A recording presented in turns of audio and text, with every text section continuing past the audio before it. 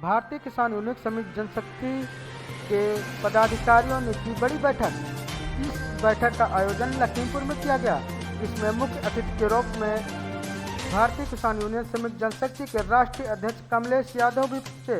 उनके साथ राष्ट्रीय सचिव समेत बड़े पदाधिकारी भी पहुंचे। राष्ट्रीय कोर कमेटी के सदस्य भी पहुंचे। इस मौके पर विभिन्न प्रकार की किसानों की समस्याओं को लेकर के विस्तार में चर्चा हुई।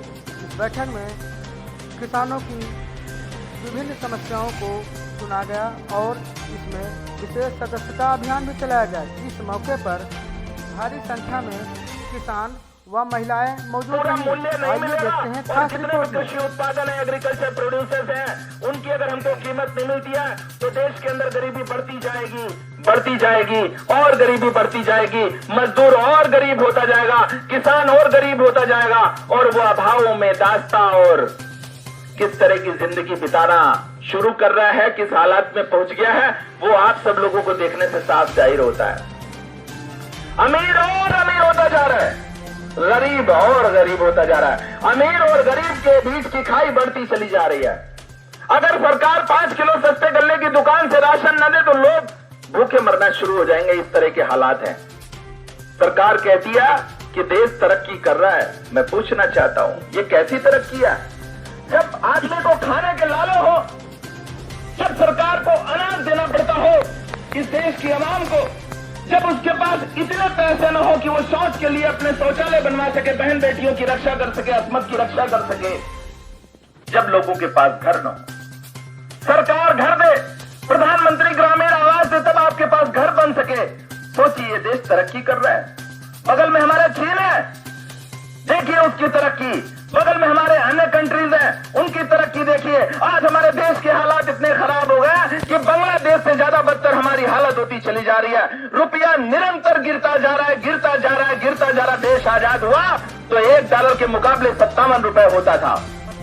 आज $1 के मुकाबले 90 और उससे ज्यादा गिरती हुई हमारे रुपए की अर्थव्यवस्था।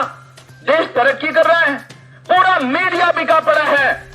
आलम यह है कि कोई भी हमारी बात सुनने को तैयार नहीं। अभी हमारे बीच के किसान साथी कह रहे थे कि कहीं सुनवाई नहीं हो रही है। सरकार कह रही है कि हम देश और प्रदेश को स्मार्ट बना रहे हैं, और क्या स्मार्ट बना रहे हैं जरा उसको भी देखिएगा। स्मार्ट नहीं बना रहे हैं, ये गांव के अंदर आपके घरों में बिजली के स्मार्ट मीटर लगा रहे हैं। स्मार्ट का मतलब होता है तेज, ज्यादा तेज चले। तो ये बताओ जरा, ये स्मार्ट मीटर तेज चल रहा है कि नहीं चल रहा है? खूब तेज चल रहा है साथियों। जो 200 रुपए का बिल आ रहा था वो 1200 रुपए का बिल आ रहा है। पूरा देश करा रहा है। ये है इनकी स्मार्टनेस। ये मॉडल बना रहे हैं। अरे इनको बनाना था मॉडल स्कूल, गांव के बच्चों को शिक्षित करने का काम करना था। और इन उल्लू के पट्टों ने, इन कमीनों ने, इन हरामजादों ने मॉडल दारू के ठेके खोले हैं। इन कमीनों ने दारू के ठेके खोले, ये मॉडल खोल रहे हैं।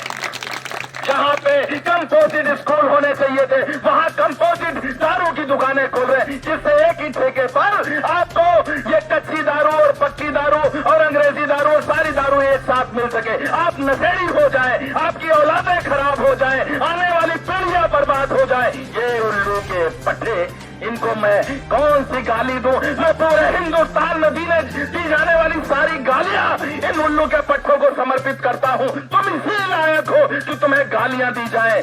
हमने तुम्हें देश की बागडोर सौंपी थी कि तुम देश को तरक्की के रास्ते पर ले जाओगे, किसानों के अनाजों का उचित मूल्य दोगे, हमारे गरीबों को उचित मजदूरी दोगे। केरल में मजदूरी 700 रुपए, उत्तर प्रदेश में 300, 350 रुपए मजदूरी। क्या तुक बनता है?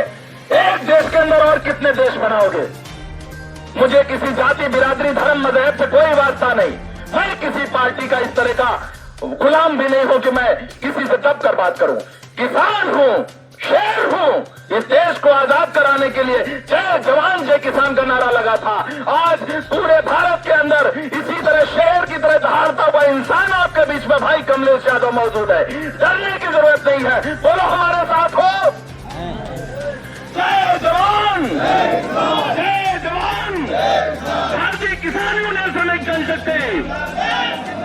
आवाज दो साथियों। आने वाला वक्त बहुत बुरा है। समय से न चेते तो एक बार यह देश फिर से गुलाम हो जाएगा। अभी पिछले दिनों में एक ईस्ट इंडिया कंपनी आई थी और वो कंपनी पीछे बैठी हुई मातृशक्ति माताएं, पिता तुल्य बुजुर्ग, युवा साथी और हम सबके अभिभावक बड़े भाई हमारे नवरात्रि कमलेश तिवारी जी, बगल में हमारे बैठे राष्ट्रीय उपाध्यक्ष जयंती वर्मा जी और समस्त यहाँ पर आए हुए मातृशक्ति और भाइयों, युवाओं, पिता तुल्य सभी को मैं यहीं पे हाथ जोड़कर प्रणाम और स्वागत बंदन अभिनंदन करता हूँ। संगठन किसी एक व्यक्ति का नहीं होता, संगठन शक्ति का नाम होता है, संगठन विचारधारा होता है। हमारे बीच में हमारे साथी जिलाध्यक्ष दलजीत जी बैठे हैं, बाबू जी बैठे हैं, उनको भी मैं प्रणाम करता हूं। लगभग 20 साल हो गया संगठनों में मैंने बड़ा संघर्ष किया, बड़ी मेहनत की। अलग अलग बाबा महेंद्र सिंह टिकैत जी के समय में मैं जब 2 रुपए की सदस्यता चलती थी तब हम लोग 2 रुपए की सदस्यता लेकर के संगठन में जुड़ा था। जब तक बाबा महेंद्र सिंह टिकैत जी के विचार रहे, पूरा देश उनको नमन करता है। हर गांव में बैठा मेड़ पर किसान उनको नमन करता है। भारत का बड़े से बड़ा नेता हो, चाहे राष्ट्रीय नेता हो चाहे राष्ट्रपति हो, सब उनको नमन करते हैं। उन्होंने हमारे आप जैसे किसानों मजदूरों को बोलने की शक्ति दी और अपनी बात रखने की आजादी दी, जो बाबा महेंद्र सिंह टिकैत जी ने किया। उन्हीं के बताए हुए रास्तों पर चलने की मैं कोशिश करता हूं थोड़ी थोड़ी। और अगर आप सब लोगों ने ये कारवां बना दिया तो मैं कोई देश का प्रधानमंत्री तो नहीं हूं, लेकिन ये मैं वादा करता हूं जिस कोने से आप आवाज देंगे मैं आपकी आवाज कभी दबने नहीं दूंगा। जब तक मेरे शरीर के अंदर खून रहेगा मैं पहले सबसे आगे आपके लड़ने को और आवाज उठाने का काम करूंगा। मैंने संगठन बनाया किसानों के लिए, मैंने संगठन का निर्माण किया मजदूरों के लिए, मैंने संगठन का निर्माण किया इस देश के अंदर शोषित पीड़ित किसानों मजदूरों के आंसू पोंछने के लिए। मैंने धन कमाने के लिए संगठन का निर्माण नहीं किया है। मैंने इस माला की लड़ी को तोड़ने को, इकट्ठा करने के, हर समाज के साथी को एक लड़ी में तोड़कर माला बनाने का काम किया। जो लखनऊ से पेड़ मैंने लगाया वो पेड़ मुझे लगता है लखीमपुर के सबसे पिछड़े गांव में आज मैं खड़ा हूं। ये मुझे बड़ी अपार खुशी मिलती है। मेरा बराबर समय चलता रहता है। आज मेरा यहाँ कार्यक्रम लगा है, कल शाम को मैं दिल्ली निकलूंगा, परसों दिल्ली कार्यक्रम लगा है, फिर राजस्थान जाना है।